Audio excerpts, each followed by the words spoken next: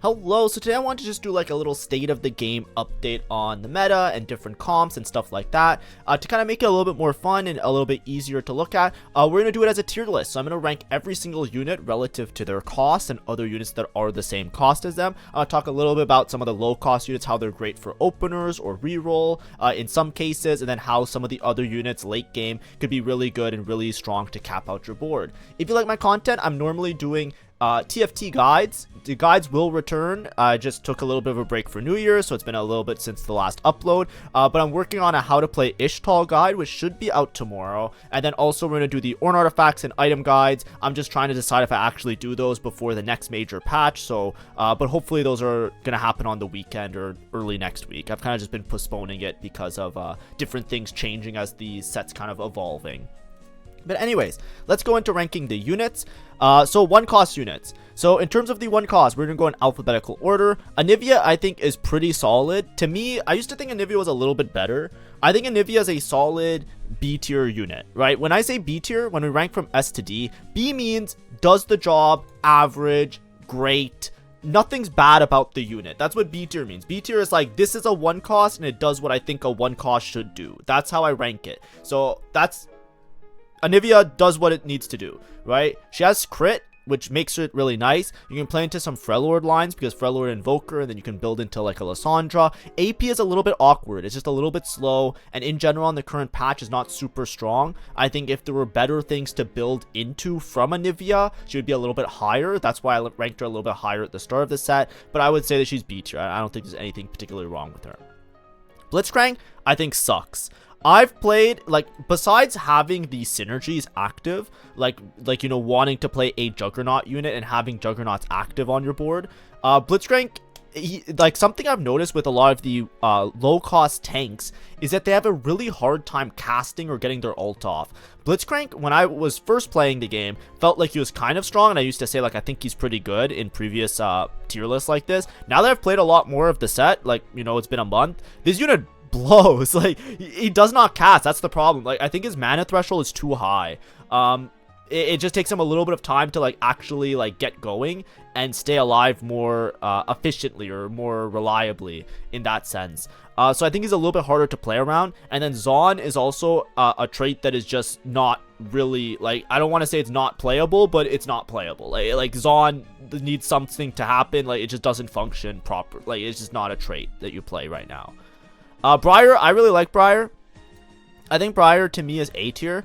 I think that her jumping around could sometimes even scam fights. I think this is one of the better one costs in my opinion. I don't think it's like broken or crazy strong or anything like that. But 3 traits is nice because you can usually build a little bit of a flex board in your mid game around Noxus Slayer or Juggernaut. And then also does decent damage and decently tanky as well. So I put her in A tier.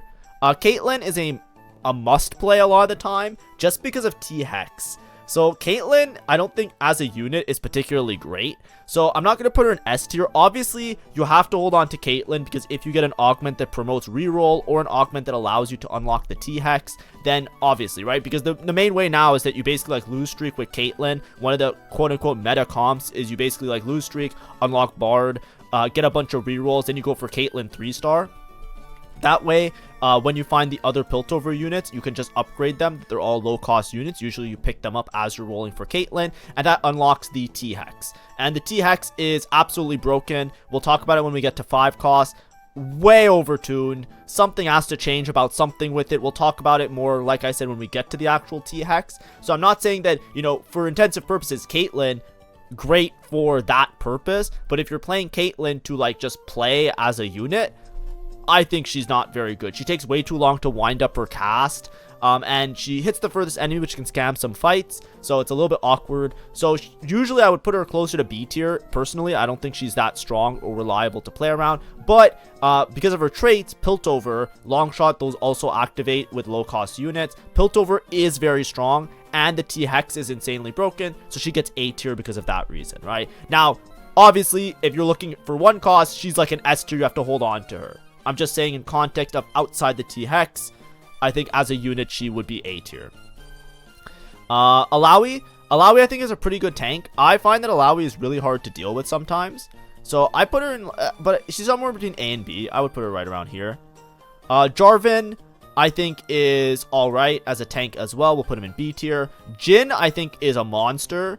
I think you can carry this guy a lot. One thing about Jin that's really great is his scaling with attack speed. So a lot of units, when you give them attack speed, they have a wind up for their cast. Think about Caitlyn. We were just talking about her. I said I don't really like her that much, right? With Caitlyn, when she gets to her cast and she does like the big ace in the hole, she's gonna shoot her shot. She does this huge wind up animation. She gets into position and she like aims and then she shoots.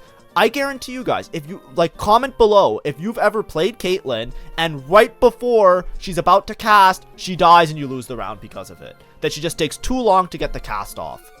Comment below if that has happened to you. I guarantee you there'll be at least one comment about it because there's no way it never happened.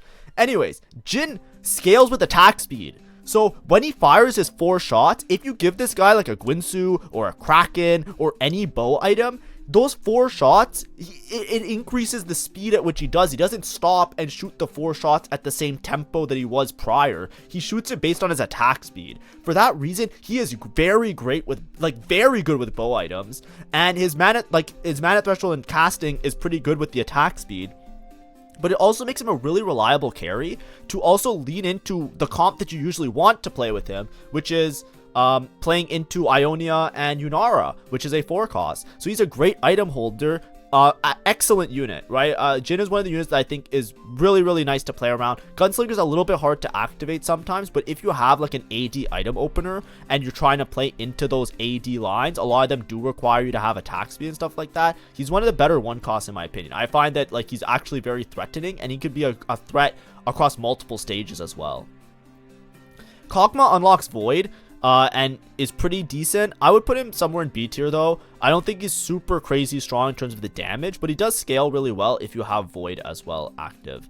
Lulu I think is alright as well. Nothing super crazy. I would put her here. Kiana I think is really strong, but I don't think she's in Jin tier. I think she's a really great melee unit and she does amazing things. She is very high in damage. I find that she's a lot better than average. Rumble, I think he's also kind of like in this regular tank tier. Shen, somewhere here as well. Sona, I think Sona's pretty good. I would actually rank her maybe a little bit higher in some Demacia setups, but I think she's pretty average.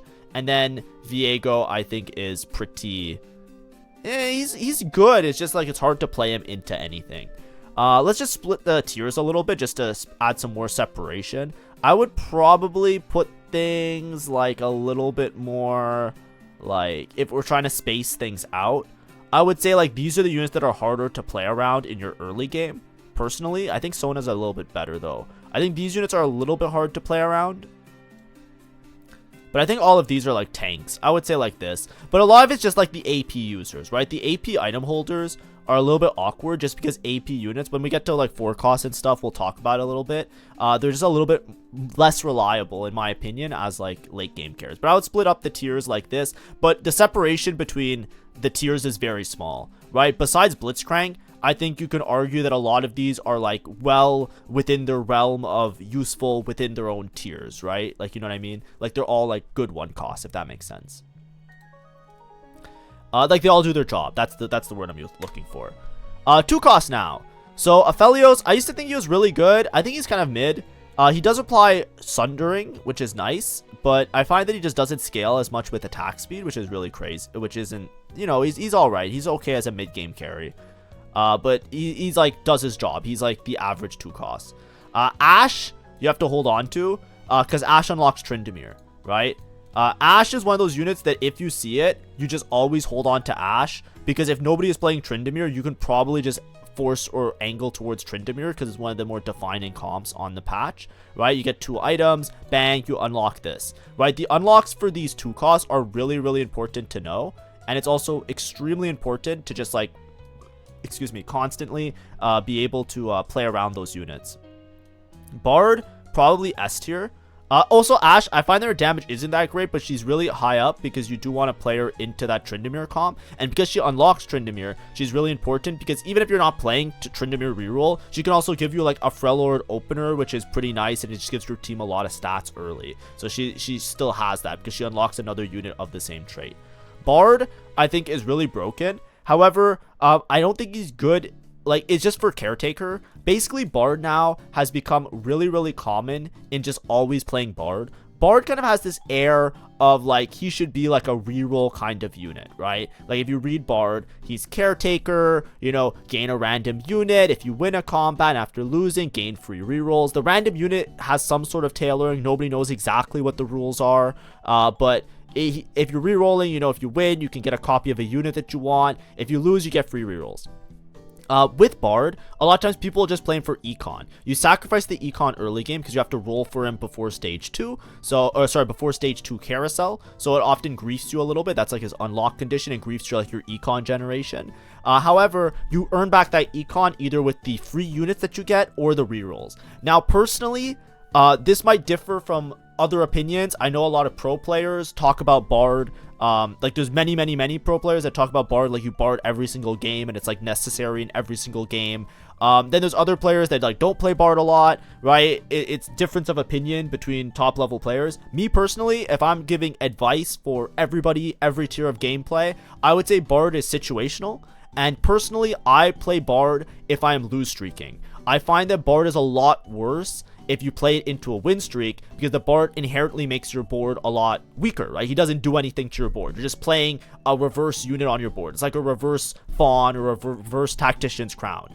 And you're generating Econ with him. Yes, if you're winning rounds, you're getting a random unit. A lot of times, I roll for Bard, and then I just generate a couple one-cost units, and then I lose my win streak because I have Bard on my board, and I could have made a stronger board by playing a stronger unit, but I'm playing Bard to get this 1 extra gold, and I lose my streak gold, and I already rolled my early interest gold to unlock the Bard in the first place. Like, that's what I mean. I think that if you don't have a really deep situational understanding of the game, which is even beyond my level of gameplay, I would only unlock Bard if I'm going for lose streak, personally. I've played a lot of Bard recently, and I VOD reviewed my own games, and I'm too dumb for this shit. I play him if I'm lose streaking, and then he's really good because the rerolls are a lot of gold and are really impactful.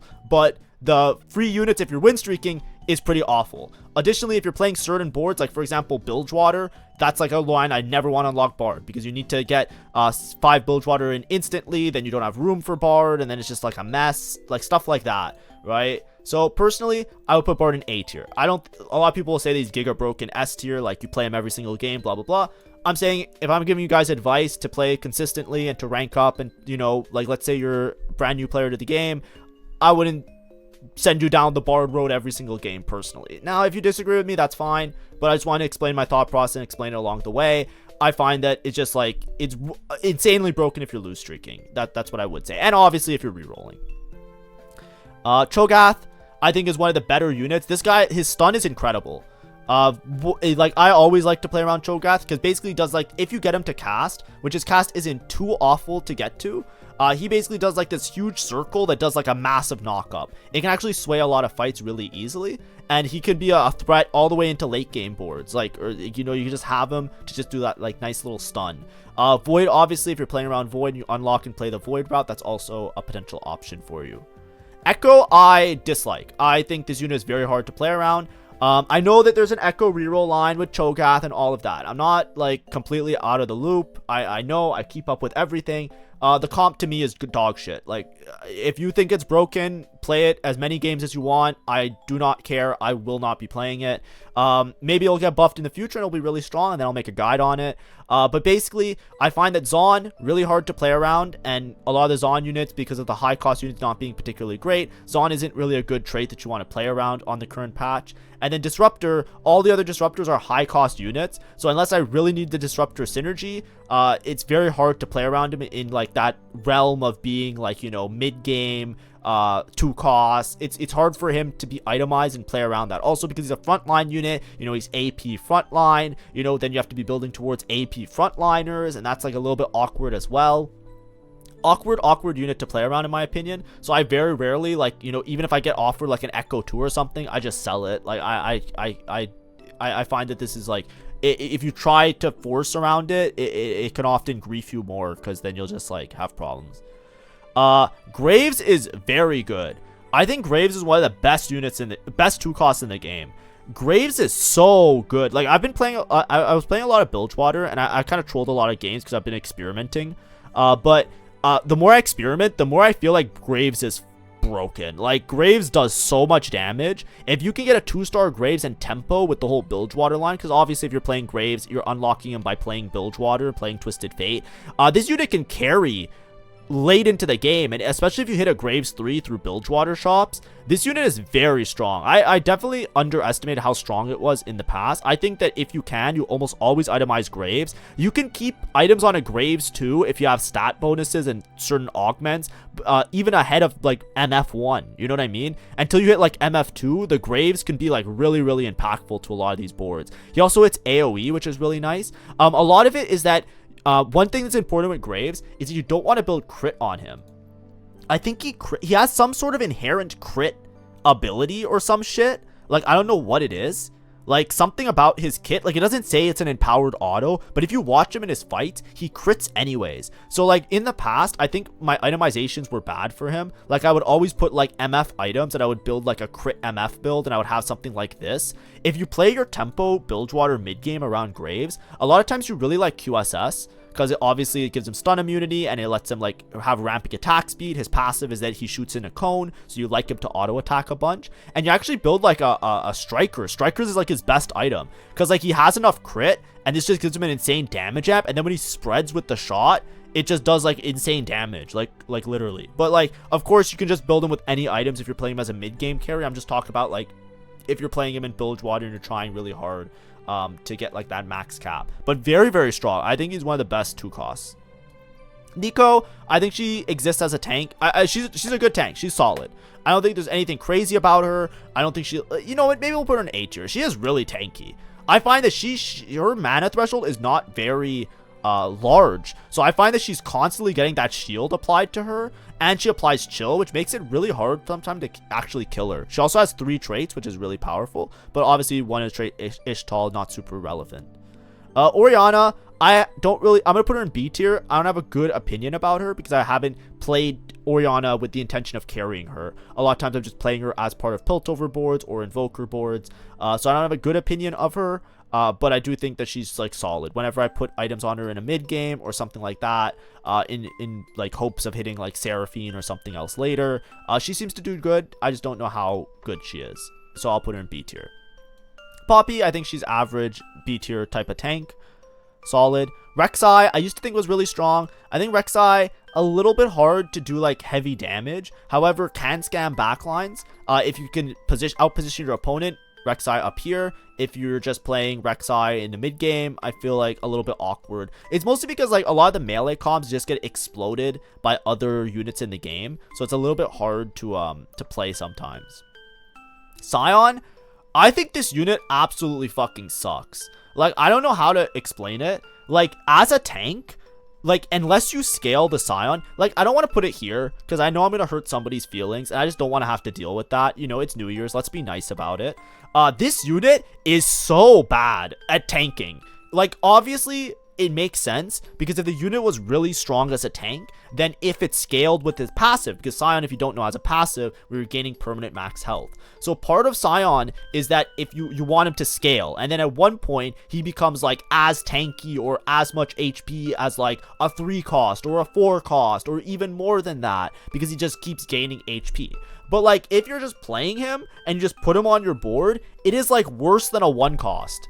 Like, actually, like, his starting point, like, the starting point before he starts scaling is so abysmally bad. And, like, if he just dies instantly every time, like, you don't even get the scaling on him. So, like, I think Scion is great in certain spots, but he is situationally good. So, we can't put him here, and we can't put him here. But we have to put him here because obviously if you scale his HP, he's better than most tanks in the game, or he's not better, but he's like, you know, on par with higher cost tanks, and it's very efficient to have like a lot of HP on a unit. If you don't scale him, he's probably here. Like I lost to Krugs because I put a Scion 2 in front of a Krug and it died instantly. You know what I mean? Like, it is not very good. I put him in B tier. Teemo, you know they buffed this unit in the last patch? That was a joke I used to say on stream all the time. This unit does so much damage, by the way. I don't know if he's A tier or B tier. The only reason he's not A tier, I think, is because it's really hard to play around AD item or AP items personally. So this patch, I usually you can hold on to Teemo and maybe play towards Yordle and stuff like that. But like it's specific where you can play him now because AP is a little bit harder to play around.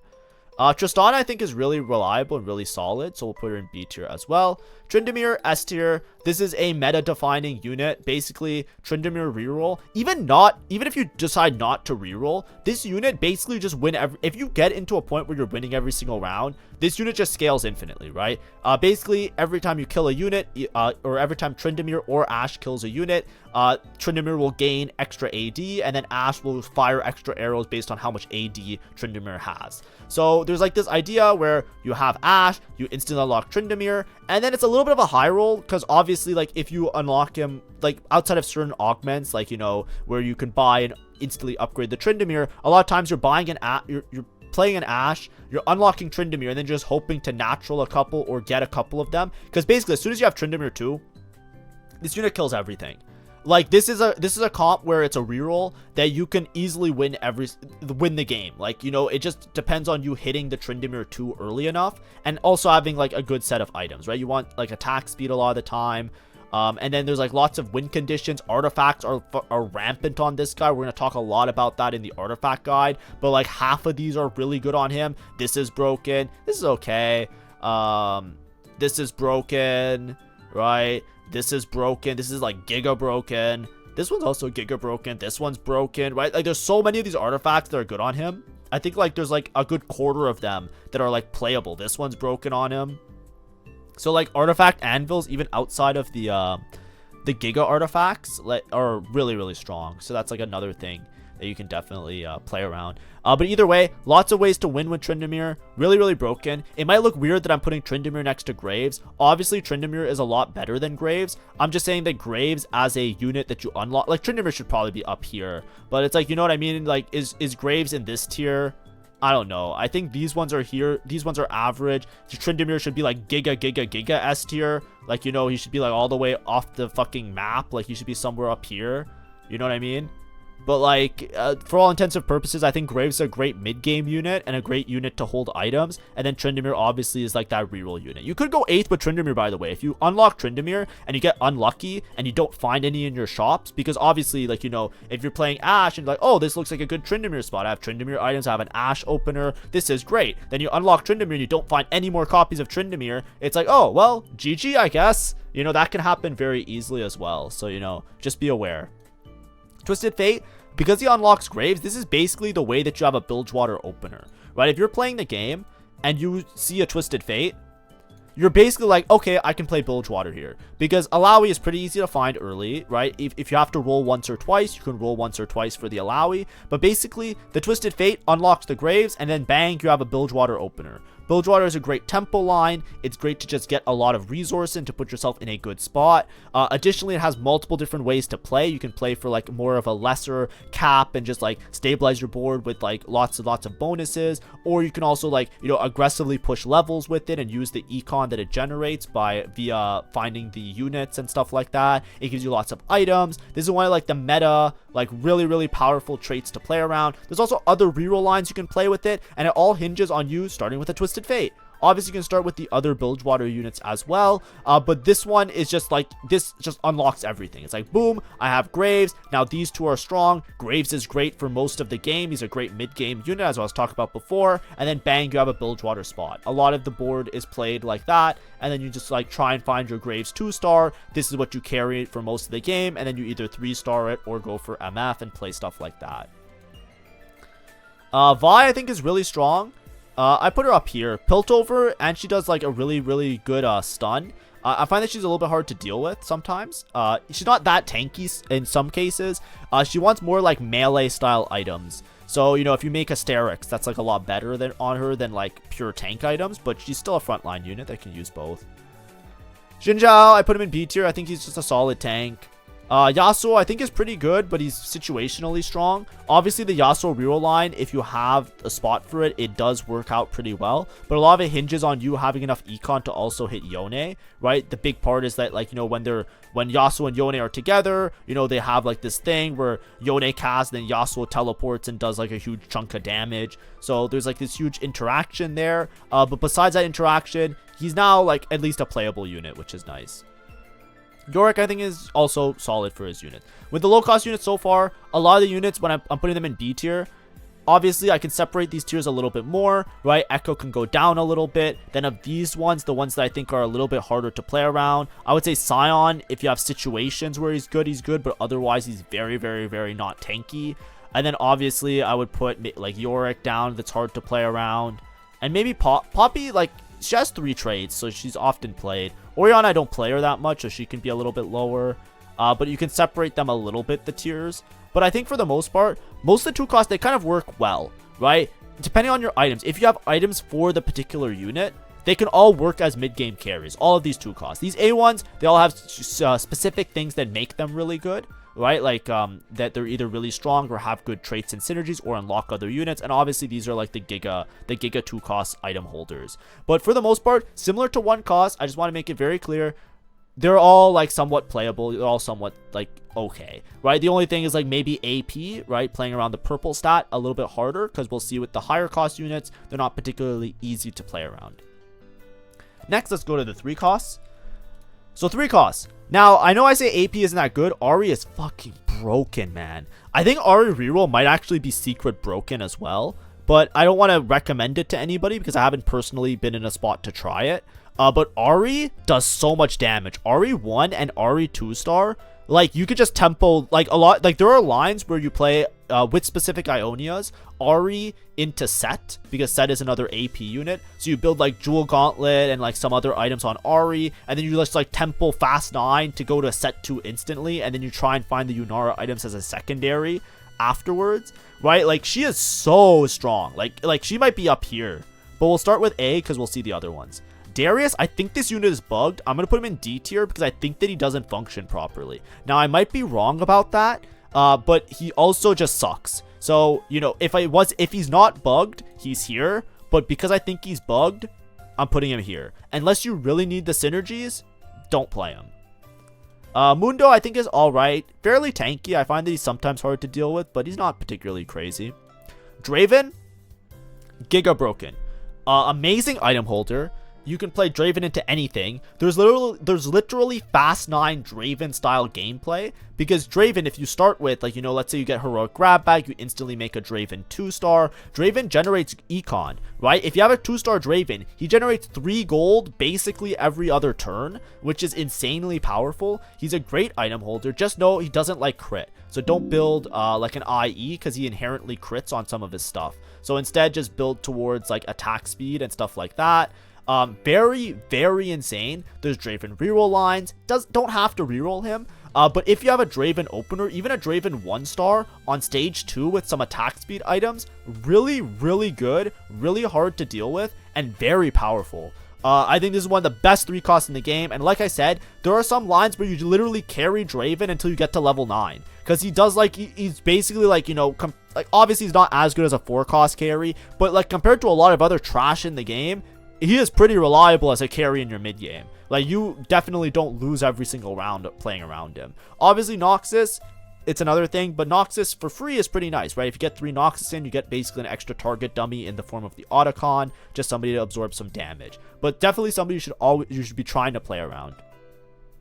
Gangplank, I used to think Gangplank was really, really strong. I don't think he's that broken. He is really good with the sniping, because he does shoot these barrels. So I'll put him over here. Also, I think I'm going to move Ahri up to S tier. I think Ahri's in that same tier as Draven. This Ahri unit, she is not normally. Like, she does so much damage. Like, I don't know what, like, you see Ahri, like, if you see an Ahri, first you have to check your Ionia to see if it's one of the good Ionias, either the XP or the gold one. But if it's either of those and you see an Ahri, you're like, oh, yes, I can play the game. Like, she is so good. I'm going to move her up.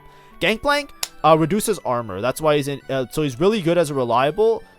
mid-game carry. He has 3 synergies, which makes him easy to slot in on a lot of boards, and also does a decent amount of damage.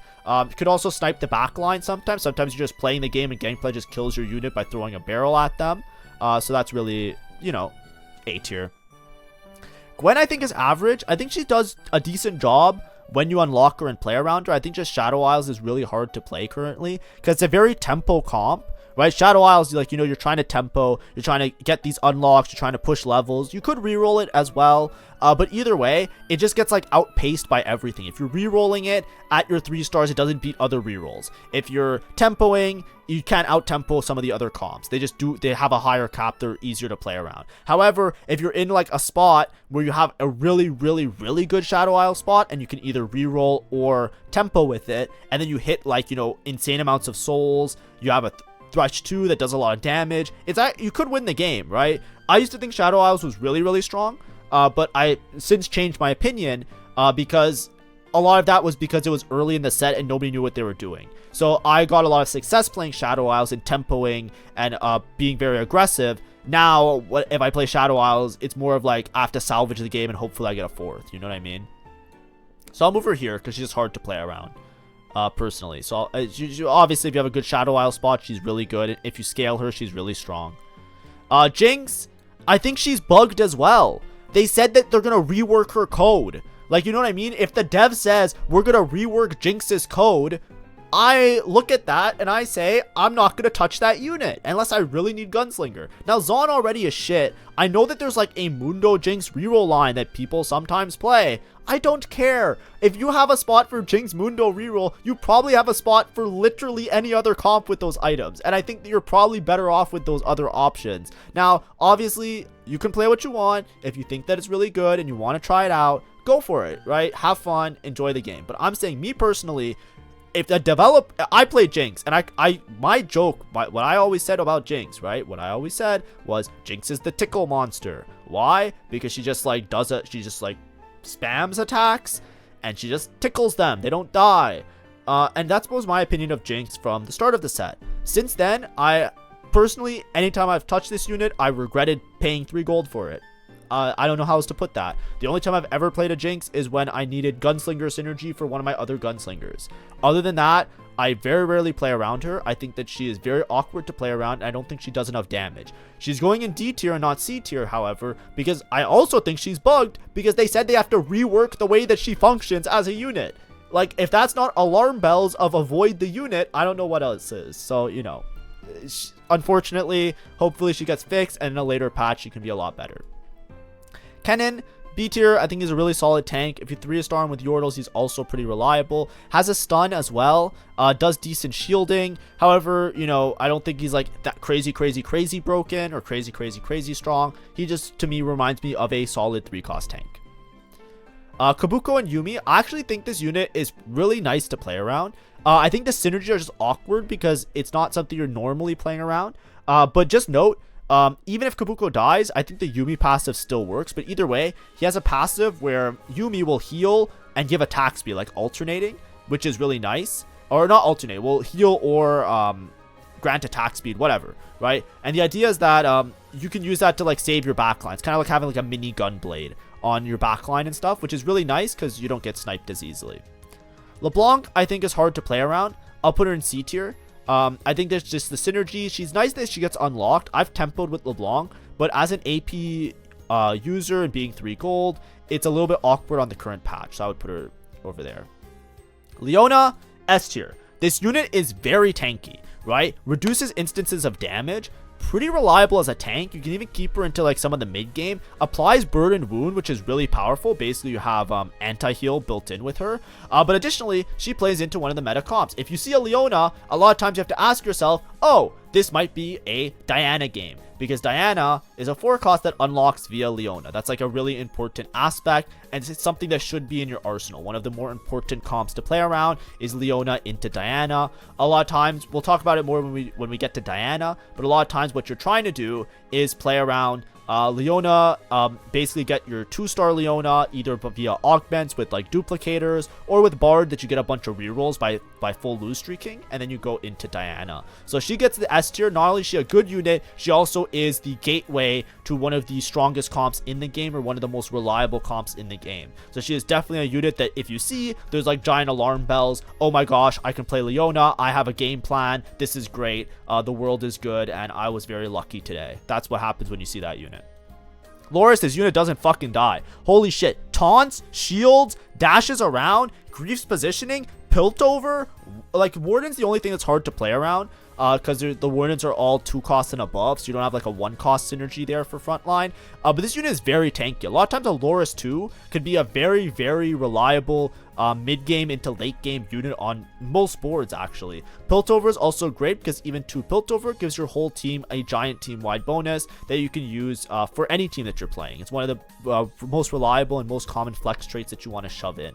Really great unit, A tier for sure. Malzahar, I think is C tier, hard to play around. Same thing, AP.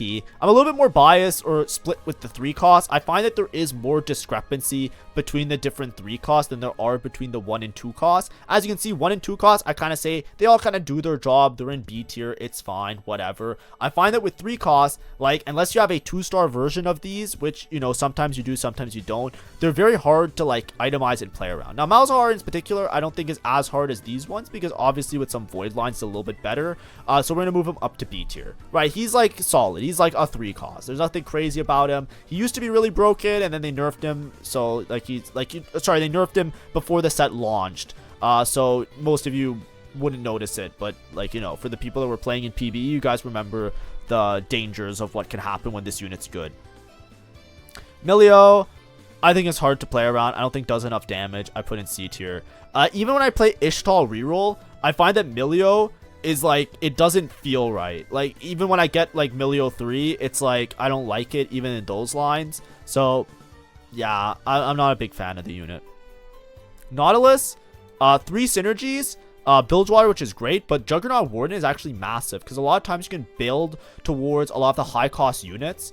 Late game, Nautilus finds his way onto boards just for synergies as well. He's also a pretty reliable tank if you have the synergies, because basically you can just benefit him with 2 synergies. But additionally, there are high cost units that play very nicely into him, both 4 costs and 5 costs. So a lot of times you can make a mixed late game board, right, where you have maybe an Ornn and a Shyvana, then you just play Nautilus, and now they both have their frontline synergies active, and Nautilus has 2 synergies active. Or you find a Braum and a Swain, and you play a Nautilus, and you have both of these active. There's a lot of variations like this that work out. He's a very important unit in late game for that reason, because of these 5 costs, right? If you compare a lot of the other 5 costs, there's not other frontline synergies, right? At least in the base kits, right? There's no Defender, there's no Bruiser, right? If you're comparing all of the frontline synergies, right? All of the frontline synergies would be Warden, Defender, Bruiser, and Juggernaut, right? These are the frontline synergies of the set,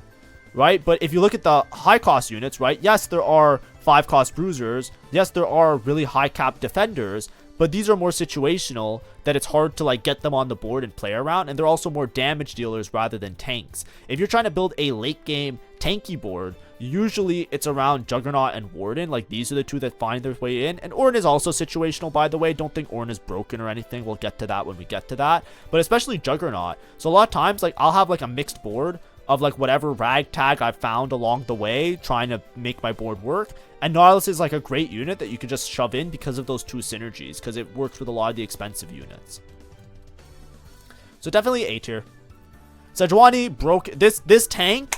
This is a 3 cost. Holy shit, man. Have you guys ever played against a Sejuani? This unit doesn't die. It shields, then it stuns, then it does damage, then it chills, so it reduces it, like it's insane. Like, she reduces attack speed, then she chills that, like, which is chilling, then she stuns them, then she gets this shield, and then she's also a defender, and she's hard to kill. Like, she's actually one of the best tanks in the game, no cap, no lie. Like, actually, like, it's crazy. She is very, now obviously she's not as good as like late game carries and stuff like that, but a lot of times, especially if you're playing around Freljord, or you're playing around defenders, or you're playing like, you know, Yunara Freljord flex lines or stuff like that, right? Ionia with Freljord flex, like, that's a really common thing that you do. Sejuani almost always makes it onto those boards. She's a very strong and reliable unit, and especially early game, if you find a Sejuani on stage 2 or stage 3, she can be a real nuisance, especially with items. I think she's definitely A tier. Really, really strong unit right now. Vayne, also A tier, shit ton of damage. You can play into reroll line Vaynes. You can also play into 2-star Vayne, into Demacia line. She does a good chunk of change. She also does true damage, which is really nice. She can actually melt a lot of tanks for that reason, because true damage bypasses armor MR, which is really nice. The tumble that she moves to the side also makes it so she's usually in a safe spot, but sometimes can grief. But for the most part, she's a pretty good backline unit to play around. And then Zoe, I think Zoe, out of all of the, she's pretty good. Is she A tier though? I think AP is hard to play around, but I'll put her in B tier. I think that these units are clearly like a step above. She is pretty strong. She's not, like, the thing is, Malzahar shouldn't be next to Zoe. I think Zoe is clearly better than Malzahar, but it's like, I don't want to make too much of a separation, because I don't think Malzahar is over here, right? It might be something like, you know, like these are all the B tiers, right? Like this, like, you know, if you want to condense it a little bit more. But I think I can move these ones down because they're a little bit harder to play around. And I think Zoe might be like somewhere close between these ones, right? Like, these are the 3 obvious like Giga ones. Like, you see them, you are really happy. These are the ones that are like nice to play around and really good mid game and also have some late game potential. And these ones are all like, you know, this little slog of B and C is all like situationally great, situationally pretty strong. Often could be good item holders or good carries. Zoe's really good early game, but she falls off, right? Zoe on stage 2 is nuts. Malzahar is okay late game because he does apply effects pretty well, so you can give him like utility items and stuff. And obviously Void, he can find his way onto Void boards and hold some AP items there, right? But in general, I would be pretty happy looking at this as my interpretation of the current state of the game. This one's the juicy one. 4 costs. 4 costs are the juicy ones. Okay, Swain, instant A tier. This guy, I think he's my most played unit this set. 3 traits, Noxus, which, you know, might be a meme thing, but Noxus is great because if you can activate 3 Noxus, you get an extra unit on your board, which basically is like an extra target dummy. That's the way you can look at it. But Arcanist, really nice to just get a 2 in and just like give your whole team AP. And Juggernaut makes him a little bit more reliable. Has a stun, one of the best stuns in the game, so you often want to play him for the stun. And then also just generally pretty tanky as well. You can also main tank him. A lot of times these stun bots, they're usually like really glassy and they just die instantly, and you're just trying to get them to get the stun off, and that's it. But this guy can actually tank pretty effectively as well. A tier for sure. Really great unit. And Bessa, I find that she's really hard to play around, but Loki, I think she's fine. I think she's like a solid 4 cost. The thing is that she's more of a melee item holder. She can pop off if you build her with like really aggressive AD items, because she has Vanquisher, so she will inherently crit. However, I don't think she's like giga broken, so I just put her in B tier, but I don't think she's bad either. She's actually pretty reliable in some cases. Bel'Veth, I think, is also in B tier. The problem with Bel'Veth, I sing the praise of Bel'Veth. I think Bel'Veth, you know, if we're talking about like my favorite units this set, Bel'Veth is definitely one of my most enjoyed units. I think Bel'Veth is really great. She has great kit, right? She does like the stacking damage where she does true damage, so she just melts through enemies.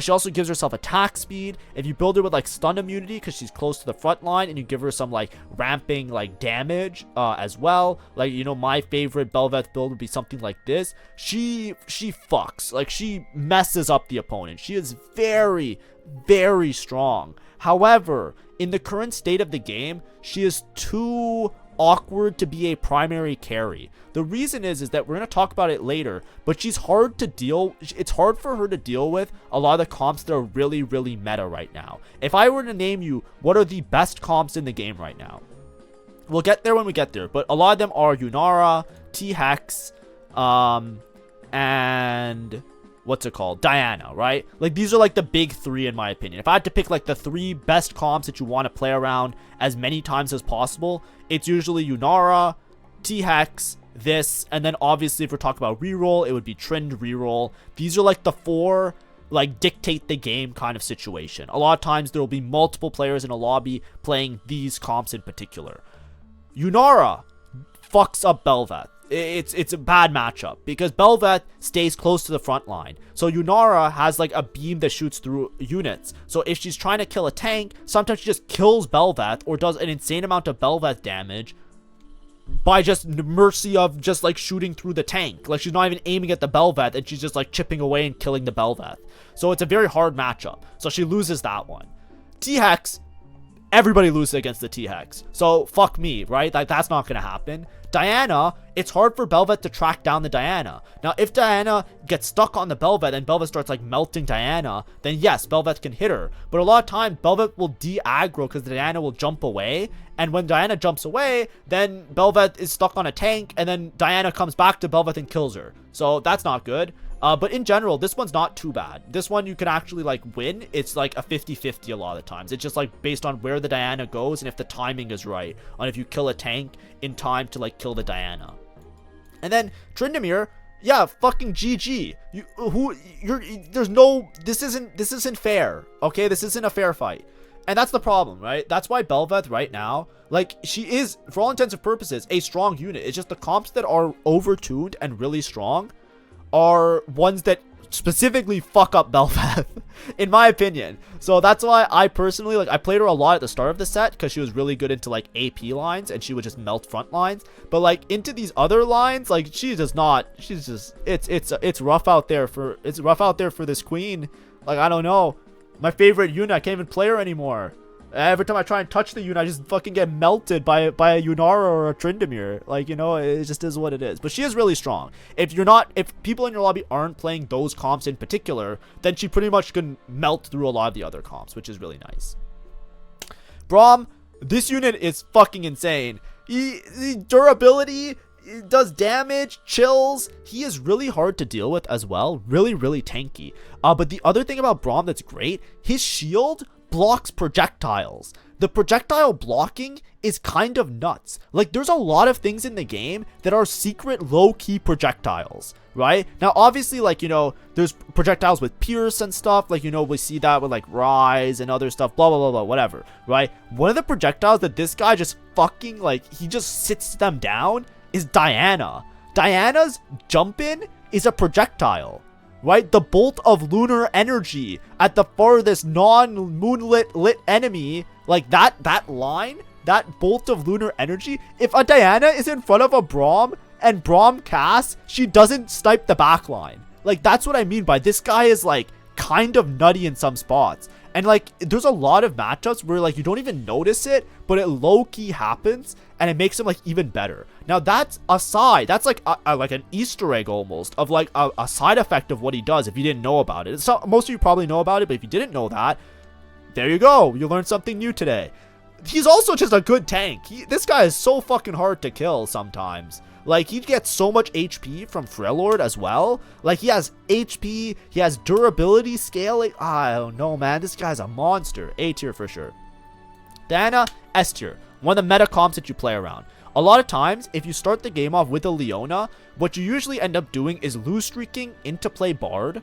You get a bunch of free rerolls. With those rerolls, you then can roll on level 7 without ruining your econ too badly, hit a Leona 2, and then instantly teleport to a Diana. Now, is Diana the most broken unit in the game? No, but Diana does a lot of damage with a very particular build. That's why you usually lose streak into playing Diana. You'll usually play her with this particular set of items. Now, the items are a little bit interchangeable, obviously. I think Gwynsu is the least important item, and Bloodthirster has some flexibility, but a lot of times you're playing Titans for stun immunity and just stacking damage. Then Gwynsu, so that she just like ramps up attack speed over time. Bloodthirster for shield, and Omnivamp. She jumps around and she does a shit ton of damage. Now, the thing about Diana that is crazy is that as soon as you unlock her, basically as soon as you get a Leona 2, then you can just win a lot of the rounds. Diana is good at scamming rounds because she snipes the backline. If somebody doesn't position for you and you, I have to fight Diana. If you just fight somebody and they're not preparing for you and they're not positioning in a way to like not get deleted, you just win the round randomly. GG. GG, I just won. It doesn't matter if your board is strong. It doesn't matter if it's Diana 1 or not. You just snipe the backline. That's what makes it super consistent. It's pretty much the only comp you can reliably play from lose streak, because if you lose streak and you don't have an HP advantage, you basically can unlock this Diana pretty early, right? If you have the Bard into Leona, or if you have like Heroic Grab Bag, extra dupes, or if you just natural the Leona, you basically instantly get the Diana because it's level 6 locked, but usually you're level 6 anyways. But it's not like high level locked. So it's really meta defining. It's really important. It's also very flexible. A lot of times you'll see particular boards with Diana, right? One is such as like, you know, Azir. You don't need Azir, but Azir helps because he gives you a lot of frontline. But a lot of times you can just play like any flexible frontline. I'll probably do a video on my VOD channel, by the way. So, you know, if you want to subscribe to that. Today's video will be a fun video. It'll be like a Yunara 3-star game, so you can see that and have some fun watching that. But the day after, I'm going to go through multiple VODs of me playing Diana. I'm going to show you guys different Diana style boards and how you can basically flex and play around Diana, because it's a very important thing to do. But either way, this is just really, really important to know, and it's one of the like most broken comps in the game. Definite S tier. So keep that in mind.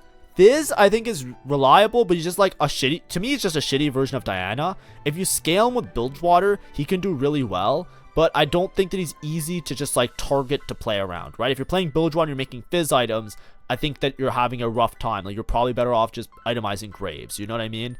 But obviously in certain lines like Yordles or, what's it called, or Bilgewater, he can obviously be a decent carry, because he scams the backline similar to Diana. So if you have enough stats on him and have enough combat, right? If you have combat augments, or you have really good items, or you have stats from Bilgewater, then you make it to a point where when he jumps to the backline, he kills them in one tap. But if you don't have all of that scaling on him, then a lot of times he'll jump to the backline, won't do enough damage to kill the backline carry, and then run away and then die somewhere horribly in the middle of the board. That's why he's B tier. He's like, in some spots really good, other spots kind of like whatever. Garen, pretty good tank, I think, but it's usually just with Demacia, so I'm going to put him in B tier. I find that Garen, if you don't have him, like, with, like, obviously with Demacia, he's a monster. He gets durability, he does this healing thing. He's, like, one of the big users of, what's this item? The, I'm blanking what it's called. Spirit Visage, Anima Visage, this one. This is really good on Garen. But in general, I would say that if you're not playing one of those particular boards, he's kind of like all right. I would put him at like he's a tank. Like, I don't think he needs a buff. I don't think he needs a nerf. He's like, yep, that's a tank. But specifically with Demacia, really, really strong. Very, very hard to deal with, and often lives forever. So keep that in mind. Kai'Sa, I think she's solid. I don't think she's broken or anything. AP Kai'Sa is a little bit better than AD Kai'Sa, but some people are playing around AD Kai'Sa now sometimes. AD Kai'Sa feels more like supporty because she doesn't do enough damage, so usually just giving her like AD Kai'Sa to like spread like, you know, red buff or those types of effects. But pretty reliable, and obviously you play her into Void, right? If we're comparing Bel'Veth and Kai'Sa, right, I think Kai'Sa arguably is a lot better than Bel'Veth. Right? We might move Bel'Veth down because of some of the reasons I said before. But Kai'Sa, because she's in the backline, a lot of times she's a lot safer from a lot of those situations where Bel'Veth is getting melted. So she's usually the carry that you play if you're playing around Void, just because it's easier. Kalista, Loki, I think she's solid. It's just Shadow Isles is so hard to play around, and she's unlocked by Shadow Isles in your whole game only. So C tier. Lissandra, this one might shock people. I put her in B tier. I think Lissandra's cool. I always talk about Lissandra being cool. But, you know, pun intended, I guess. But the thing about Lissandra is that her ult is not consistent enough for me to put her in A tier.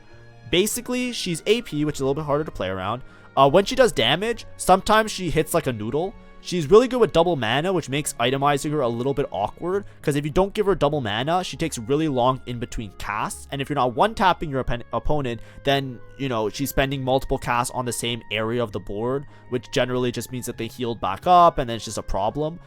She does do a decent chunk of change. She does do decent damage. However, one situation that I always find myself with Lissandra is that she doesn't have the clutch gene, right? When I look at a carry, I want them to clutch the fuck up, right? Like, that's what you want in a carry. When you're looking at it, it's 1v1, it's you, and it's the other person, and it's the final seconds of the fight, and uh-oh, ring the bell, we got Lissandra. No, she fucking whiffs. Like, basically, the biggest problem I have with her is that her damage is, like, it's not high. It's like, let's say there's, like, 2 carries, right? This happens to me all the time. Maybe it happens to you guys. If this happens to you, write in the comments below, just so that it doesn't makes me feel like I'm not alone in this world.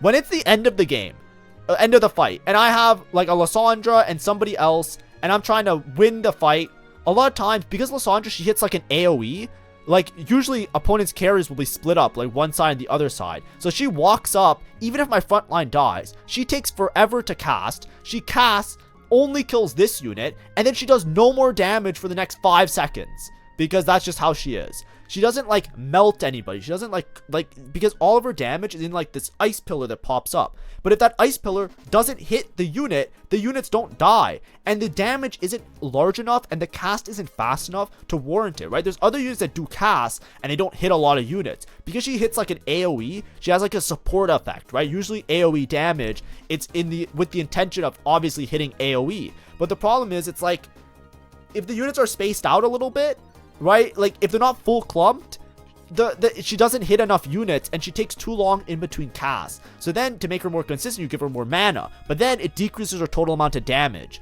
I think with like Seraph Staff build, she's like really strong in some cases, but that's what I mean. Now all of that, like obviously I'm talking shit on her, but she's not bad. I'm just saying why she's not like A tier or S tier, because she's very common on a lot of boards, but it's that inconsistency is why I put her in the average tier. She's like on par with everybody else. She's like whatever, you know, she's solid. Lux I think is hard to play around because I think she's only good with Demacia. I've played Lux outside Demacia. She sucks. You need the Demacia to lower the mana threshold because Demacia has that effect where it makes it easier for her to cast.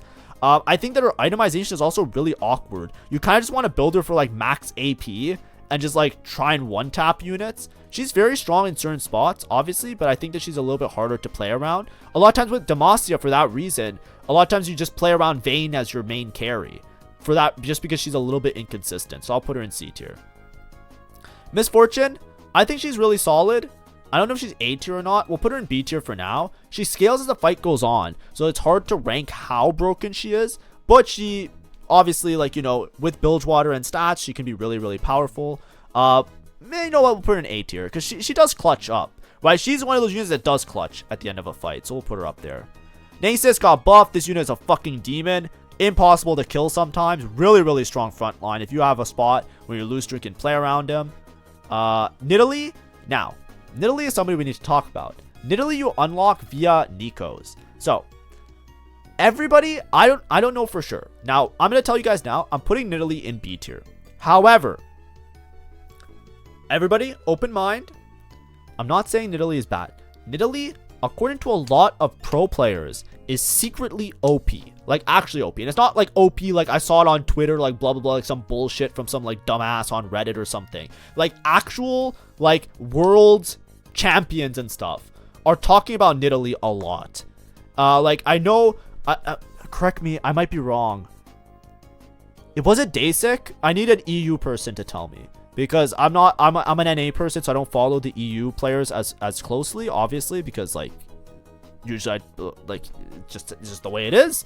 But Dasik, I think, was talking about how he's trying. He was discussing like how he's trying to figure out a way to consistently unlock Nidalee, because these unlocks are really powerful. The same way, like, you know, how T-Hex now is really broken with unlocks, right? The idea is that if you can find a way to consistently play around Nidalee without having to play Ishtal and these other things, she is actually very strong. She does a lot of damage, and if you build her like it's an AP melee carry, she is very reliable. Now, I believe it, but I've never had a chance to play around her because you need to have two 2-star Nikos. So unless you high roll the fuck out of a bunch of Nikos, it's really hard to play around her. So I put her in B tier just because I don't think that it's going to be like, oh, it's a Nidalee game today. Because, like, I don't think there's anybody who's figured out a way that's like obvious, like kind of like, you know, there's no like borrowed into reroll Nico line to unlock Nidalee. Like, it's not that, like, maybe that will be a thing. Maybe that's like secret tech that nobody's doing right now. But as of yet, it's not something I've seen so far. Renekton, S tier. This unit, I think for the cost, for a 4-cost unit, this unit is the most broken unit I've seen. Like, if I had to pick a unit, like, obviously barring like the super meta ones, this unit is fucking nuts. If you guys ever played a Renekton before, I structure my game. If I see an Azir, I structure my game around Renekton almost always when I see an Azir. This unit is so good. You have healing based from Shurima. This unit just melts, dashes around, snipes the backline, hard to track down. You can give him attack speed, you can give him AD, you can give him tanks, like you can give him anything, and this unit always is a pleasure to have on the board.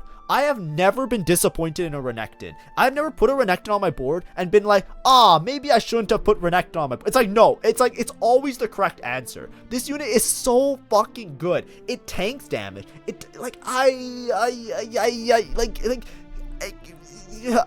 I don't know how to explain it if you haven't seen it, but I guarantee you, like, if you itemize Renekton more in your games, you will gain LP. This unit is so good. I don't know if they're going to nerf him, because obviously part of him is that you unlock him by having a 5 cost. But for 4 gold, this unit, like, puts everybody to shame on this list, in my opinion. Right, as a 4 cost, right? Obviously, you can argue, you know, maybe Yunara when we get to her. But, like, this unit does it, like, he just starts spinning that whatever the fuck, like, axe little sema thing. I don't know what it's called. And he just, like, fucking, oh my god. And then, like, as he casts, he increases the slashes. And then, you know what the best part is? Guys, the best part? Watch Renekton. Sometimes his cast, I don't know why, I think it might be bugged, but he just, like, doesn't move, but he still hits the other carry. Like, the cast, like, extends its range. Sometimes he's just like, woo, woo, woo, woo, woo, spinning his fucking sword thing, and then, like, all of a sudden the enemy dies, and instead of running up to the other enemy, he just instantly starts, like, from the spot, as if he has sniper's focus, just starts, like, fucking wailing on the enemy carry, and they just die. I laugh every time. And unless it happens to me, then I bang my desk and I start bitching. You guys know if you watched my streams. You know, I'm always complaining about the game. But this unit, I cannot sing the praises enough. S tier for sure. There's nothing you can convince me otherwise. Rift Herald, very tanky. Very strong, very reliable. And you get him early. Really good unit. Seraphine, Piltover, she's more of a support unit. Mostly you play her for Piltover. So you can argue that she's up here.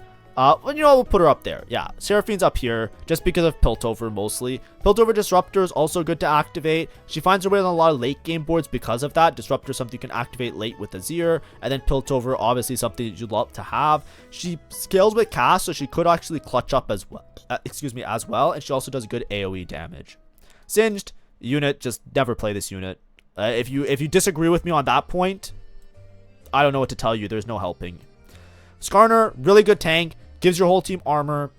Unlock conditions a little bit awkward because Gargoyle isn't that great of an item.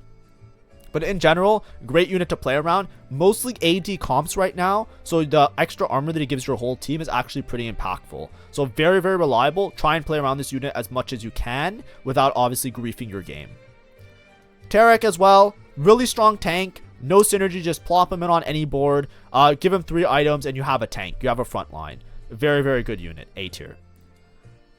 Vigar, I'm going to put in C tier. Unlock conditions, really hard to play around in general. Vigar is very strong. Also, Vigar. Both are, I've heard people say both. I do not care. But anyways, this unit, very, very strong with specifically deadlier caps. There's an augment. This is like the only time you ever play this. This augment. Deadlier caps. Gain a Rabadon, that's half of the Vigar unlock. Rabadons permanently gain ability power. You stack up this, you play Yordles, you shove this onto the Vigar later, he melts everybody. He gains extra AP as well, so as he kills units, he gains AP and scales. Then he gets extra ability power from all sources, so now you have a scaled Rabadons with a scaling Vigar, and both of them get 50% more value because of his passive. It's broken. That's broken. If you have deadlier caps and you have a Yordle opener, you play this, you'll be fine, right? That is very, very strong. Otherwise, don't touch the unit. Not worth it. It just doesn't function well. It is not worth it. Does not work. Trust me. Warwick, over here. This unit fucking blows. It is the worst of all the melee units. Bad matchups as well. Doesn't do enough damage. Doesn't melt anybody. Zon fucking sucks. Quick Striker is fine, but very hard to play around. A lot of times with Warwick, he'll just be attacking a tank. The tank doesn't die. Aggro toggles onto him. Dies instantly. I have yet to see a Warwick kill a single unit in any game that I've played in all the games I've played so far. I have not seen a Warwick kill a unit. I've seen people play Warwick. I have not seen it kill a unit. Like, maybe it killed, like, some shitter on the side, obviously. But, like, it has not killed a primary tank in any of the games that I've seen it in. Now, if that's a different experience for you, by all means, enjoy, play Warwick. You can do what you want. You will not convince me otherwise. This unit, I unlocked it one time, and that was enough for me. I unlocked it on the first week of the game, and I said, I'm not touching this unit ever. How many times do you see Warwick? I don't, and there's a reason. These need buffs, probably. Singed, there's a reason Singed is shit. He was really broken in the beta. So, Singed, I'm okay with him never being good, because I saw him at his... I've experienced the terrors of this unit, because I played in PvE, and everybody was playing Singed in PvE. So that's fine, right? He could be D tier for the rest of the game. I'm over it, right? Those 2-week period of seeing Singed good, I'm okay with him never being good again. Wukong, solid. He revives himself, but I don't think he's like in that upper echelon tier of some of the other tank. You know what? Maybe. We'll move Riftail down. I think Riftail maybe is here. Riftail's really tanky, but only with certain void mutations. So it's a little bit more situational. I think this is good. I like these ones a little bit more than these ones. Because Wukong, I find Wukong dies, even though he has the summon. It kind of doesn't feel like, you know, if I compare it to like a Braum or a Tarek, I feel like the Wukong plus the summon lives as long as these ones in a lot of cases. That's why I'm putting him not as high. Yone is very strong, A tier, and Yunara S tier. So let's do Yone first. Yone, really hard to unlock, but if you unlock him, you usually top 4. If you have a 2-star Yone, he's actually really reliable. I think this unit is very, very strong, but obviously has a very specific unlock, so there's a reason why. So this unit, you know, I don't really like the balancing of it like that, right? I don't like it to be like, oh, this unit has a horrible unlock, therefore it'll be really strong when you hit it. It's like I would rather like the unlocks be easier and the unit be weaker, so you can just play it more often and stuff like that, instead of it being like this like giga chase goal. But maybe that's just like a different experience for different people. But either way, he is really strong. You usually want to build him with attack speed. Titans is really strong on him, scales with AP and AD, so he's also really flexible with items. And then obviously with the Yasuo will just like jump in and do extra damage, so he's really good at melting. If you ever played Yone, it basically like ends the fight. Like, I'll put it on the VOD channel. I have a video from a couple days ago. It'll be in a couple days though. It won't be recent. So if you want to see a Yone game, make sure to subscribe to this, because it'll come up maybe like in 2 days from now. Because today is Yunara game, tomorrow's Diana game. I'll probably do it the day after. But this Yone unit, I don't know. He does a lot. That's all I can say. And then Yunara, basically, she used to not work properly with IE. Yunara is S tier, but only with IE, and I would argue only with certain Ionias. I think if you don't have a good Ionia, like the XP one or the gold generation one, she's a little bit awkward, and her cap isn't very high. But obviously, you need IE. Infinity Edge, that's the item I'm talking about, the one that makes you crit. Usually with auto attackers, critting isn't super important, but because she has insane crit scaling, right? When she crits, it does bonus true damage. She basically melts with crit. So you want to build her with an Infinity Edge. You need the Infinity Edge on her. With that, she became really strong. There was like a patch, like they didn't mention it in the patch notes, but the patch that happened a couple weeks ago basically made it so a lot of quick strikers that didn't have proper crit scaling on their stuff, they fixed that, and Yunara was one of those units they fixed that they didn't mention. And since then, she just became like giga broken, giga meta, one of the most reliable carries in the game. So she goes up there for sure. Anyways, those are the 4 costs. I wouldn't change much in this. I might move some of the harder to play units down a little bit, but I think this is a good mix. There are certain 4 costs that are very often played and very defining, and that's really what dictates a lot of the game. Yone, you know, you might move down because of the unlock condition, right? You know, he's not like A tier because he's hard to play. And then by the time you play him, you might not have enough gold to 2-star him, so you know it's not like a valid game plan. But in general, these are the units I play a lot. Misfortune, you might also move down. I would be happy like this. I think these ones, Seraphine's here, she's kind of just chilling, but that's because of her synergies. The Piltover is just really good. So that's usually why you play her, and she's really good for utility. Like, you hold utility, she hits whole board type of beat. And then arguably, I would maybe move Mbessa and Bel'Veth down, and honestly, Lissandra, but I don't want to piss people off. Probably like this. Just these ones, not just by nature of like having bad matchups. But in general, I think they're all like a little bit closer in power, because it's more situational. Lastly, is there like, it's only 5 costs. So these are 5 costs, but I'll make a point to talk about the 7 costs while we go through it. Aatrox, really hard to play around. I'm going to put him in C tier. he just like doesn't have good matchups into those comps that we were talking about before. That's like the main thing. So he's hard to unlock because you need to specifically make a bunch of Omnivamp, which isn't necessarily great because you might not need that Omnivamp. And then by the time you unlock him, it's awkward. So he's not an easy unit to play around, and he's not like a reliable stabilization point or carry. Annie B tier, she used to be Giga Broken. Nothing changed about her really. It's just the mana threshold is hard to reach. It's hard because of matchups. Obviously, there's a lot of really fast matchups, explosive damage, backline access that can just melt you and kill you instantly. So it's hard for her to get to that point where she's doing damage and the fight's lasting long enough. Earlier in the set, Annie was Giga Broken. That's because boards weren't optimized, units weren't like crazy strong, nobody really knew what was going on. So if you had a unit that just like, hey, I'm just gonna do full board damage and GG, and if the fight lasts long enough, I just win because the whole board is taking damage. That was really broken. That's why Annie was really good. Now that boards are much more fast, much more explosive. There's Dianas to deal with. There's T-Hexes. There's Yunara. There's all these things that just melt your front line. Annie has a hard time keeping up. Now, it's still playable in certain spots. That's why she's B tier. But it requires a very specific spot. So she's not going to be much more than B tier. Don't play this unit. Aurelian Soul, don't play this unit. Now, if you want to see an expert like me play this unit, 8 days ago, I got a first with Aurelian Soul. You can check out this video and I talk about it there. But I will tell you, this unit is fucking garbage. It is one of the worst units in the game, and it's a 7 cost. It costs 7 gold. This unit, basically, like, it was broke. This is another thing of units not being good because they were broken in PvE. I'm okay with this unit being dog shit for the rest of the set, by the way, because I know how it is when this unit is strong, and it's not a pretty sight, everybody. So, it either has to be reworked. If they just raw buff him, I think it will be shit.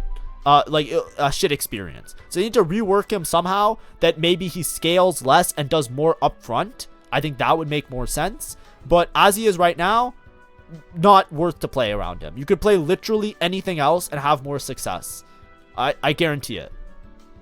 Azir, A tier. Azir isn't that great in terms of dealing damage, but just gives you free frontline and unlocks all the Shirimans. That's the main thing. So really great support.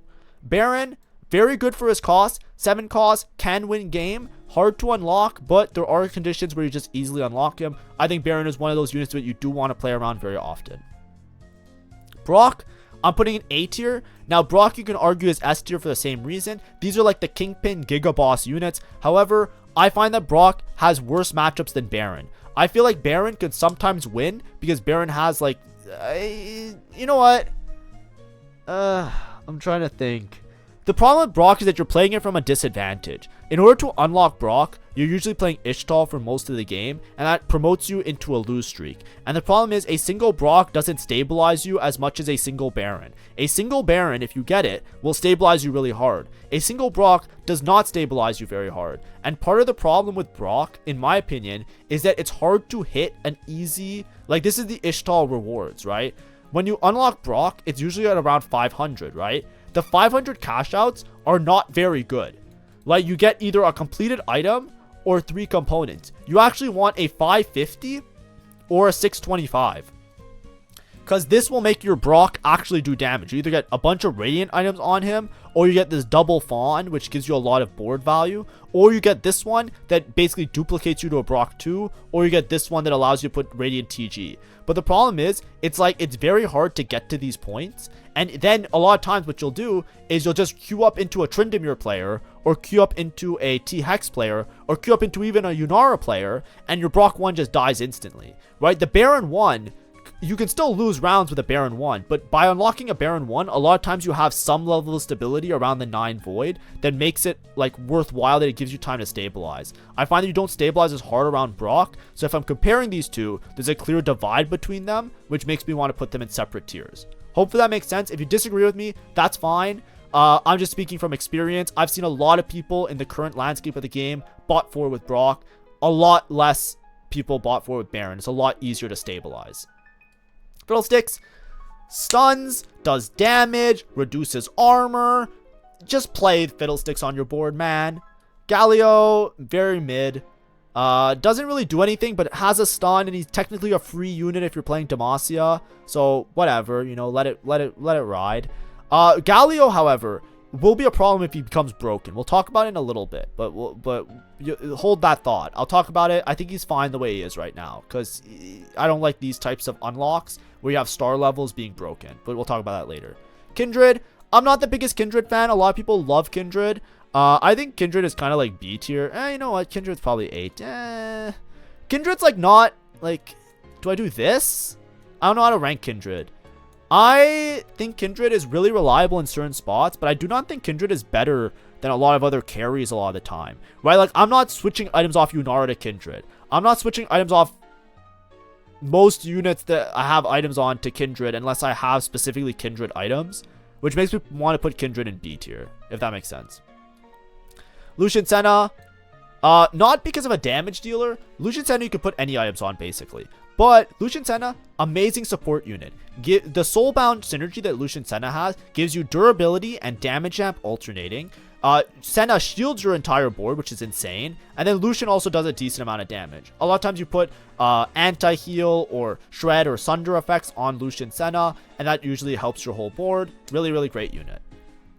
Mel, really hard to play around. C tier to me. Does a lot of damage. It's just really hard matchups because it's such a huge mana threshold, right? Mel was really good earlier on because she would just like nuke a board and whatever, but she's not gonna nuke a Yunara board easily, and she's not gonna nuke a Tryndamere or like Diana easily. A lot of times she might be dead before you even kill all of the units, right? It's just really hard to chew through some of those boards, and because she doesn't have like consistent melting damage and you're just trying to one tap with her items, you're really hoping to like giga high roll and have like really good set of items, or just play something else a lot of the time. That's the problem. She really needs a lot of mana though, right? That's the problem, because the mana threshold of 200 is really high. It takes her a while to do damage on your board, and in that time, a lot of times the fight might be over. That's why I think she's really good if you have a spot. If you have a Mel 2 and a really tanky front line and a whole board to support her, then obviously she's going to be broken. She does an insane amount of damage. My problem is it's inconsistent. Ornn, B tier. Farms artifacts are really good if you get him early, but otherwise not super tanky or super crazy. Obviously can get huge HP scaling if you put a bunch of artifacts on Ornn, but he's more of a situational unit that if you get him early, he's obviously going to be really strong. You can scale and get a bunch of artifacts, but other than that, solid unit. Rise I think is C tier, but it's hard to say. I'll put him in B tier. I'll be nice. I don't think very highly of Rise. Rise is good specifically with the certain Freljord boards that are easily unlock him, because it gives him all good synergies that he really likes.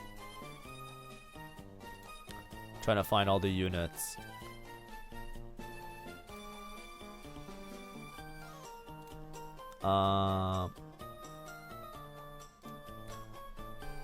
Like this, right? This board. Basically, Freljord on Rise is very strong because he applies the chill with his bonus, right? Basically, if we look at all of these ones, Freljord, one of the better ones on Rise, because he chills and deals bonus true damage, so this is very powerful. Ionia, splitting the additional time, just allows him to hit more units, so this one's very powerful. Then Yordle basically reduces damage from enemies, which is really powerful. So a lot of times this board that plays Freljord, Ionia, and Yordle is really strong. So he applies chill, does all this damage. If you don't have this particular board, it's hard to unlock Rise, and it's very often not a good decision to play around him, right? Because specifically you want to have the good synergies, right? Like Demacia doesn't help that much.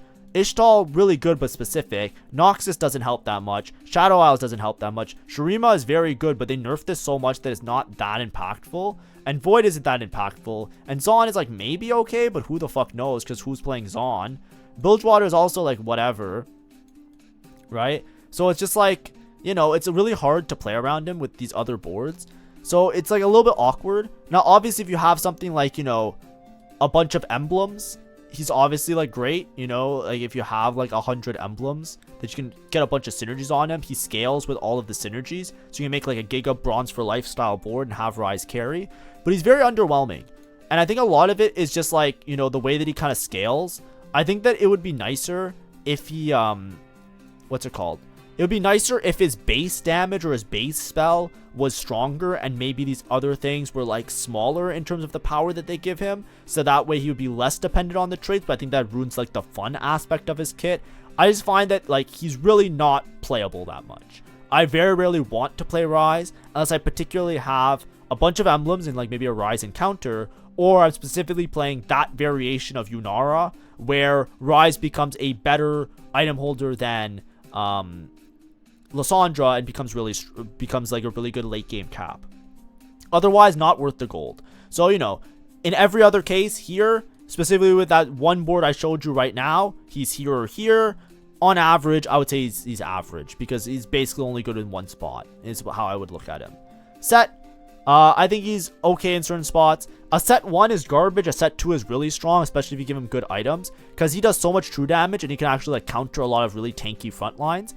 Really, really reliable, really strong, easy unlock. But in general, I find that if you don't have items for him, he often doesn't really do anything, which I know that sounds really obvious, but it's like, you know, if I unlock set and I just like throw him on my board, if he doesn't have items or if he doesn't have like a setup, he usually just dies like when he's trying to cast. Like he jumps in the air and before he even lands, he's dead before he lands. Now obviously he has a respawning health bar, so he's obviously just good, and you get him for free basically. And he's only a 5 cost, so he's not like a 7 cost. So, you know, you can argue that he's up here. You know, that's fine. He's not here. If you say he's here, that's okay. But I think he's just situational. I think if you're playing certain Ionia lines where you want to play vertical Ionia, then it makes sense. But otherwise, it's like whatever. Shyvana, really pretty tanky. Does this whole thing where she dive bombs in. She also does AoE damage, which is, or semi AoE damage, like a cone or whatever, which is pretty nice. She reduces the amount of damage you take from enemies' abilities. So she's obviously very strong to just throw in because she just applies a team-wide buff. Silas, I don't want to piss anybody off. Okay, on day 1 of the set, I said that I didn't like Silas and I don't think he's very good. And everybody was like, yeah, you're stupid. You don't know how to play Silas. Silas is broken. Who the fuck is playing Silas now? Can I tell you guys that I was... Can I say I told you so? Whoever told me I was a moron? Everybody said I was an idiot. Can we please just agree now that this unit is not worth it? He is not worth 7 gold. This unit, like, the main thing is the RNG about him. Right now, if you know anything about me, I hate it when things are, like, super unreliably inconsistent. That happens a lot in TFT. But, like, in general, I hate it when a unit just sometimes doesn't function and you lose the round because they didn't function. This guy has Chainbreaker. He cannot cast the same ability twice in a row, and then he goes through 3 abilities depending on which is quote-unquote most useful.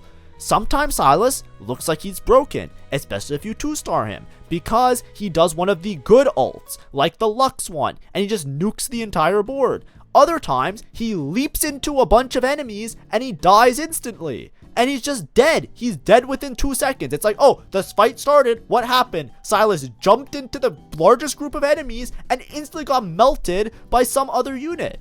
It is so, you can't pick which one he does. That's the problem. So sometimes he's good, but it's just like it's not worth it. You can spend your whole game trying to get a Silas, then you put him on your board and you have a 1-star Silas. It's obviously not good. This guy costs as much as a Baron or a Brock, by the way. So you play him. He obviously isn't as good as any of those units. He's fucking sucks, right? Like, you know, we can all agree a 1-star Silas isn't doing shit. But then let's talk about 2-star Silas. He can just int. He just jumps in and just boom, he's dead.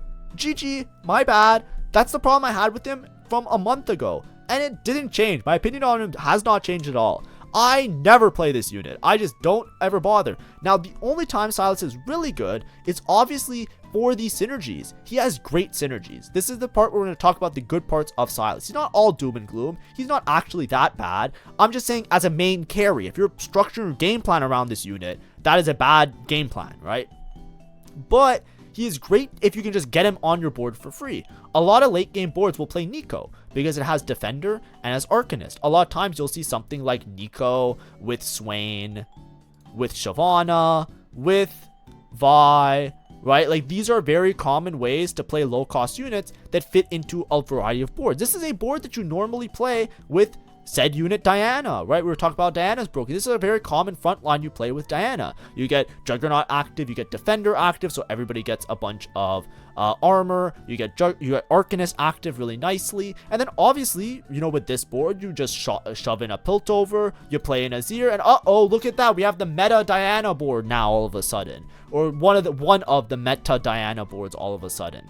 But this is where Sylas really shines, because Nico obviously does dick all for this board. If you just want to add some extra damage, you want to add some extra late game carry or secondary carry, if you can unlock the Sylas, because basically you have to sell a 2-star Jarvan, 2-star Garen, 2-star Lux.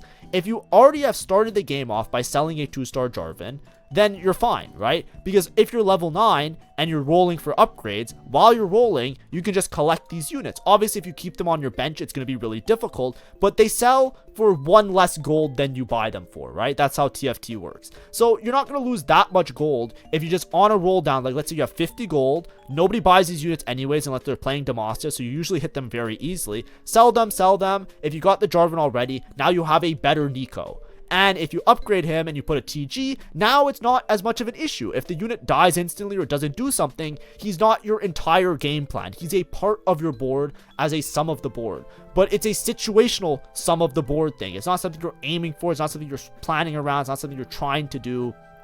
Because otherwise, I think it's a bad game plan. So I'm going to put him in C tier. Now, if he costed 5 gold, I'm going to make this very clear. Part of the C tier ranking, because everybody seems to not understand me when I talk about this.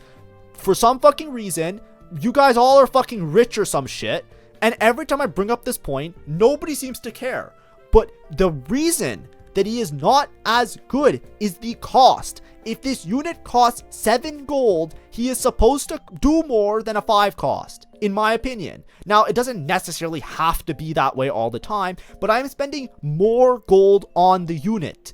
That is why he is C tier. Because if he costed 4 gold, he would be S tier. If he costed 3 gold, he would be Giga S tier. Because compare it to other units of the same cost. If you look at a Sylas, does a Sylas 1v1 a Baron? No. Is a Sylas easier to unlock than a Baron? Maybe. So that's part of the reason why. Does a Sylas 1v1 a Brock? Fuck no. But does a Sylas 1v1 a Set? No. Well, if he doesn't 1v1 a Set, why am I spending more for him than a Set? Why don't I just unlock Set and put the Sylas items on the Set? It's even easier to unlock the Set, and Set uses the same items as Sylas anyways. Who would you rather have, a Sylas or a Set?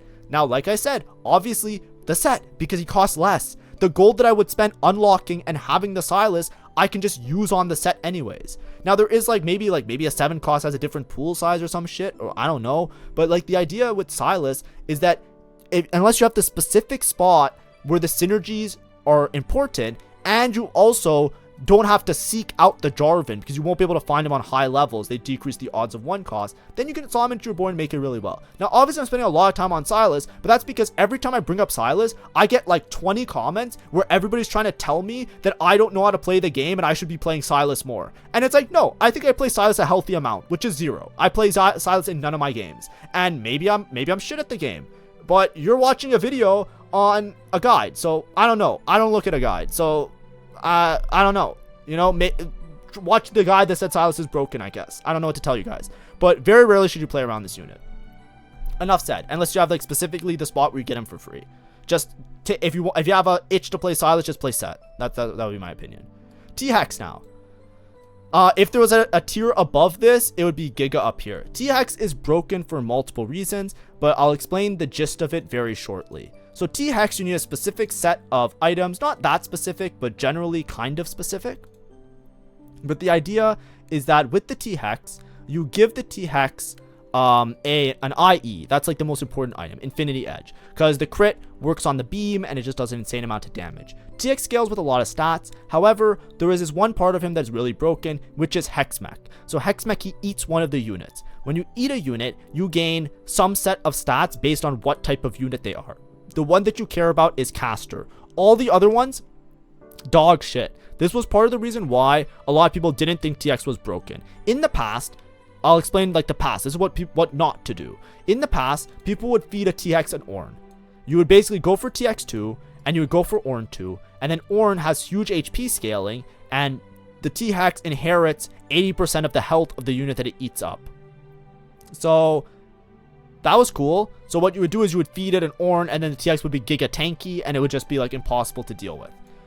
The way that it works is that the Hexmech scales with the star level of the unit. This will probably change in the future, but as of right now, the most broken thing is the mana gen for caster. It allows this TX to fire multiple laser beams in quick succession of each other, which basically allows him to constantly be dealing massive amounts of damage to the entire board. There's many fixes to this, obviously, but this in conjunction with his unlock condition being unique star levels of Piltover makes it so that what you do at T-Hex is you actually play a reroll Caitlyn. You reroll for Caitlyn 3-star. Caitlyn 3-star will help to unlock the T-Hex because having a star level of Piltover will make it easier to unlock, right? The TX needing 9 star levels of Piltover would otherwise require you to hit a Seraphine. It would be 2-star, 2-star, 2-star on everybody and 1-star Seraphine because there are 4 Piltover units, right? If we go through the Piltovers, right? By hitting Caitlyn 3-star, now all you need are the low-cost units, which is fine. I think this was part of the design of it. Whatever. I don't like the design, but whatever. Maybe I'm not a dev. I don't think this is good design, but whatever, right? But the idea is that if you hit Caitlyn 3-star, it unlocks the T-Hex. Then, by feeding the Caitlyn to the T-Hex, because you already 3-starred it, right? This unit is broken, right? It's so unbelievably strong with this combination that you usually win out on most of stage 3 and pretty much all of stage 4 as well. So at that point, you make it to level 9, you hit TX2, and now you just win the game. Because this scaling of this interaction is giga broken. Now, obviously, they're going to change that in the future, but for right now, this is a comp that is really annoying. It basically turns a lot of the game into matchmaking RNG, because it just comes down to who fought T-Hex more, because this is like almost unbeatable, especially on stage 3, it's unbeatable. And then, unless you fight into a Trindam, you're like, there's certain spots. It's not completely unbeatable, but for most intensive purposes, it is. And then on level whatever, it's also really strong. Now, the other thing with this is that it's also really obnoxious because if you hit 6 Piltover, there is one of them that just cashes you out a bunch of gold. So the part of you where you reroll the units and now you are rerolling at a low level and you're trying to make your board. All of a sudden, if you find a Seraphine and you play 6 Piltover, if you get the one that it's called Mining Drill, it gives you an infinite amount of gold. If it gives you an infinite amount of gold, you're instantly level 9, sometimes you're level 10, and in some cases, you're like, fuck it, and you're just playing 2 T-Hexes. This is the strongest comp in the game, by the way, is like this. Eventually, you drop out a 6 Piltover, almost always, but eventually, this is your board. And you have 2 T-Hexes and a bunch of 5 costs. Just fucking pick whichever 5 costs you want to add to your board, and you feed them the 2 units, and you have a Loris who's a giga tank because he's just fucking broken. And this is the max cap of the game right now. If you see this, you shit yourself. There's nothing you can do. No board will beat this, basically. It doesn't matter what combat they have, unless they have like a 3-star unit. Even if they have a 3-star unit, they might lose to this as well, right? But the thing is, it's just like a lot of like little high roll things in conjunction with each other. There is a level of consistency with it where it's like really obnoxious and annoying. But like I said, it's just like an annoying thing. Now, obviously, there's many fixes to this in the future. You can make the star level 10. If you make the star level 10 star levels of Piltover, then you can't do this shit anymore. You need to find the Seraphine, which then either turns into a high roll or something else, right? So it's a lot less consistent. You can change it to having a level requirement as well. So then you don't have the TX on stage 3. So then if you're rerolling Caitlyn and you're doing this degenerate gameplay and whatever, then, it's not that big of a deal. You can also make it so that, like I said, level locked, star level. You can also just nerf the units themselves so that it just doesn't make it worthwhile to do this anymore, right? If you make the Hexmech not scale as much mana gen, that probably fixes some of the problems, right? Stuff like that, right? So obviously it's gonna get fixed. It's not gonna be a thing, but for right now, this unit, like, there's not a tier list to support it. You know what I mean? Like, this is the way it would be, right? If we're trying to put it to scale, right? If we're putting it to scale, it would be something like this, and I'm not even fucking exaggerating. It would be like, you know what I mean? Like, everybody else would be like a tier below, like not even close. You know what I mean? Like, that's what this unit is, okay? But for I don't want to move everybody down just because TX is broken. So this is the visual you want in your head. This is where T-Hex is, and then this is the tier list, okay? Tahm Kench, pretty reliable. If you scale him, he can actually do insane damage. So just keep that in mind. Thresh, I think, is hard to play around and often feels a little bit underwhelming even when I do hit him. So I put him in C tier. Volibear, very strong, very broken, definite A tier. Those comps you can actually play around this. You know, remember that Rise board I showed you? You can actually play a Volibear rendition, which is a lot better. Xerath, hard to unlock conditions, but very, very strong, and the charms give you a lot of value and a lot of combat. Xerath 2-star also can clear a lot of boards, definitely A tier. Zehen, not worth it, but okay. You can still top 4 with this. I'll put him in C tier. Actually, it's probably closer to here. If you want to see some more about Zehen, this is a Zehen video from the other day ago, so you can check that out. I talk about him a lot over there. Ziggs, I think, is B tier. I don't think Ziggs is bad as a unit. It's just hard to play around because of the synergies. Longshot and Zon, you know, it's the same as a lot of other stuff. But I actually think this unit's pretty good. A lot of people are actually starting to play around Ziggs more often. I think he's actually a reliable cap to some boards now. Tibbers is with Annie. And then Zillion is here. He gives XP, but he's not that crazy as a late game carry. I used to think he was a lot more broken, but he's somewhere around here. Anyways, final review. I know this was a longer video, but I skipped a couple days of video, so I decided to do this one because it's a little bit easier and I can just yap a little bit. Hopefully the yapping was okay. By the way, when I'm trying to like exacerbate a little bit and like, you know, swear and like talk a little bit more and be like, yo, this unit is so suck, like, you know, don't take it to heart if you really like the unit. You can obviously play whatever you want. I'm just saying it in my opinion, how I look at the game. And you can disagree and I don't really care. I'm not going to read it, or probably if you're rude, I'll ban you. So don't be rude. But this is just me trying to give you, like, guys, a little bit of a resource. Talk about the units a little bit. Discuss, like, where I play them and why I play them the way that I do. And then also just rank them because a lot of people like these tier lists. It just makes it a little bit easier because it's like a visual representation instead of like, trust me, bro, look at this or whatever. But this kind of reflects the games that I at least see the most success with when I play, as well as the lobbies and the stuff that I see in my own ranked journey, as well as watching other pro players and stuff like that. So hopefully this was helpful. Hopefully if you learned some new stuff, I tried to give you some tidbits, and hopefully it was entertaining. I tried to make it as entertaining as possible. And like I said, I just decided to do this video as a nice longer video because I took the last couple of days off. Guides will return tomorrow if you're looking for guides. You know, enjoy and have fun. And obviously also some of these they're not like, I edited them before. Don't look at this final video, watch the entire video or whatever. A lot of people don't watch the video. If you don't watch the video, you know, whatever. But anyways, bye-bye, everybody. See ya.